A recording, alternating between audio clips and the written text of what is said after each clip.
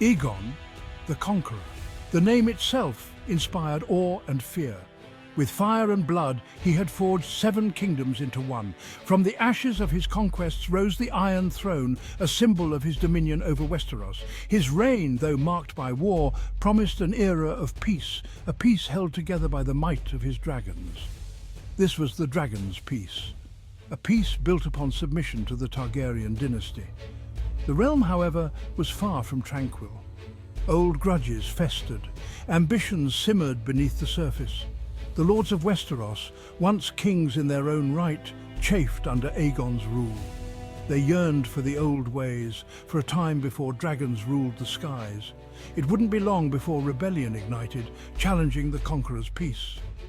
The flames of defiance would first rise in the east, in the lands bordering Dorne, the Dornish marches. There, in the harsh and unforgiving landscape, the seeds of discontent were sown. Whispers of rebellion travelled on the wind, reaching the ears of those who still dreamed of freedom. The dragon's peace, it seemed, would be tested sooner than anyone anticipated. The first tremors of rebellion shook the realm in the east. House Sunderland of the Three Sisters, a proud and ancient lineage, refused to bow to the Targaryens. Lord Sunderland, a stubborn and defiant man, rallied his banners in open revolt. He called upon the old gods, the gods of his ancestors, and denounced the Targaryens as foreign invaders. Across the narrow sea, another storm brewed. Corin Volmark, the self-proclaimed king of the Iron Islands, cast his lot with the rebellion. The Ironborn, a fierce and independent people, had long been a thorn in the side of the Seven Kingdoms. Their longships, adorned with the Kraken sigil, once again sailed for war. The reasons for their defiance were varied. Some, like the Sunderlands, clung to the old ways, resenting the imposition of Targaryen rule. Others saw an opportunity in chaos, a chance to seize power and wealth. Whatever their motivations, their defiance would not go unanswered. Aegon, the Conqueror, would not tolerate rebellion. The dragon's peace was at stake. Aegon would unleash his wrath upon those who dared defy him. News of the uprisings reached Aegon in his newly constructed capital of King's Landing. He responded with the swiftness and ferocity that had become his hallmark. The time for diplomacy had passed. The iron fist would be wielded. Balerion, the Black Dread, the largest and most fearsome of his dragons, took to the skies. Aegon himself mounted the monstrous beast, his sisters, Visenya and Rhaenys, riding alongside him atop their own dragons. The sight of the dragons in flight, their wings blotting out the sun, struck terror into the hearts of the rebels. The Sunderland fleet, assembled in the Bight, was no match for the fiery breath of Balerion. Ships were reduced to smouldering wreckage in an instant. The iron-born longships, caught off guard, were scattered and sunk. Lord Sunderland, cornered in his castle, watched in horror as his defiance crumbled. Aegon offered no mercy. He descended upon the rebel stronghold, his dragon unleashing a torrent of fire.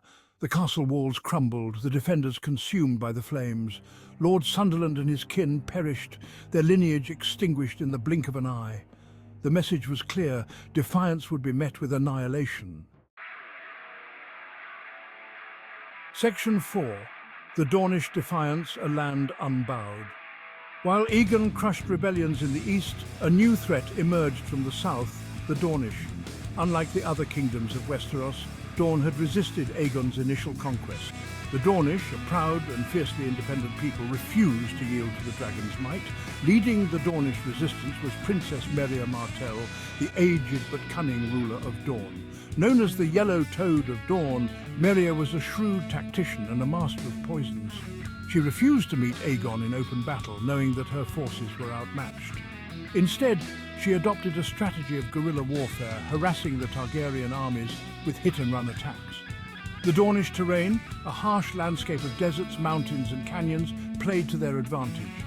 They knew every hidden pass, every secret waterhole. The Targaryens, used to fighting in the open fields of the Reach, found themselves bogged down in a war of attrition. Aegon, accustomed to swift victories, found himself frustrated by the Dornish defiance. Their refusal to meet him on the field of battle infuriated him. He would soon learn, however, that Dorne was not so easily conquered. The Dornish were made of sterner stuff. They would fight to the death for their freedom, even against the fury of dragons. The spirit of resistance was deeply ingrained in the Dornish culture, passed down through generations.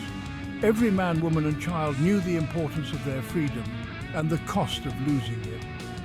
Scouts and spies kept a constant watch on the Targaryen forces, ensuring that no movement went unnoticed.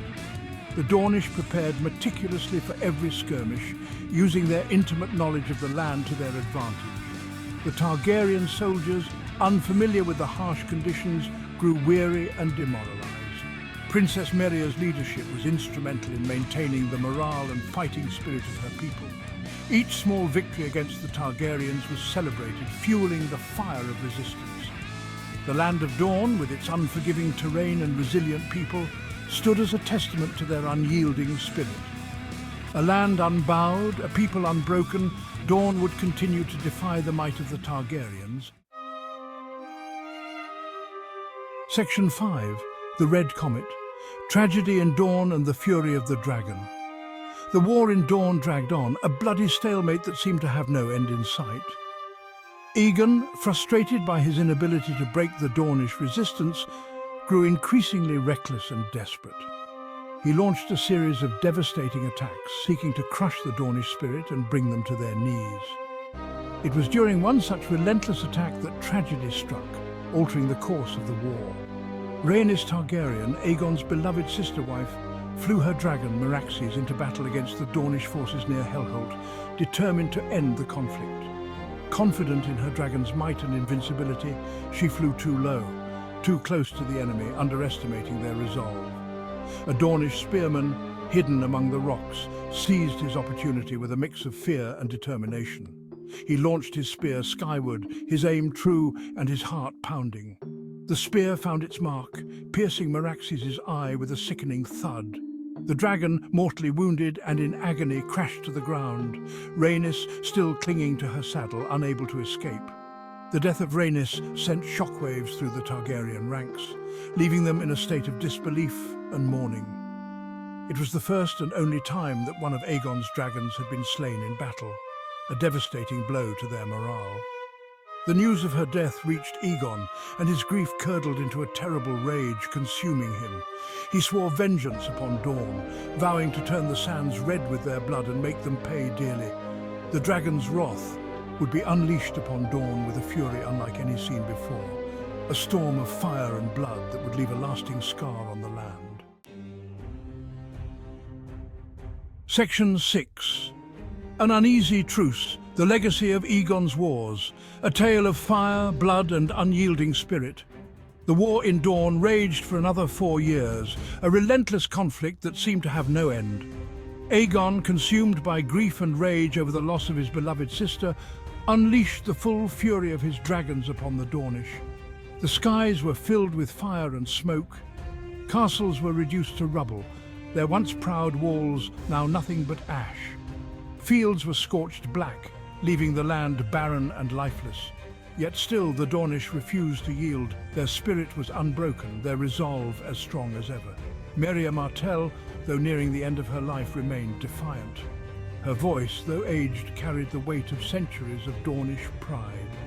She rallied her people, reminding them of their history, their pride and their unyielding spirit. The Dornish, she declared, would never bend the knee to a foreign king. The Dornish, she declared, would never bend the knee to a foreign king. Their land, their people, their freedom were not for sale. In the end, it was not military might that brought an end to the war. It was exhaustion. Both sides had fought fiercely, but the toll was too great. Both sides had suffered grievously. The cost of war was evident in the countless lives lost and the land left in ruins. The Targaryens, though victorious in every other part of Westeros, had found their match in the Dornish. A truce was declared, a fragile peace born out of necessity. Dorne, though battered and bruised, remained unconquered. Their spirit, like their land, was resilient and unbroken. They had defied the dragon, a feat no other kingdom could claim. Their victory was not just in battle, but in spirit. The peace, however, was an uneasy one, a truce born of exhaustion rather than genuine reconciliation. The wounds of war were still fresh. The legacy of Aegon's wars would shape Westeros for centuries to come. The scars of conquest ran deep, a constant reminder of the cost of ambition. The Seven Kingdoms were united, but the scars of conquest ran deep. The dragon's peace, it seemed, was a fragile thing, a peace maintained through fear and might. The dragon's peace, it seemed, was a fragile thing, a peace maintained through fear and might. The Targaryens ruled, but their grip was tenuous. The Dornish, meanwhile, retreated into their deserts, their independence intact. They had survived the dragon's fire and emerged stronger. They had tasted dragon fire and lived to tell the tale. Their defiance was a beacon of hope for all who valued freedom. Their defiance would serve as a reminder to all who dared challenge the Iron Throne. Dawn would never kneel. Their legacy was one of resilience and unyielding spirit.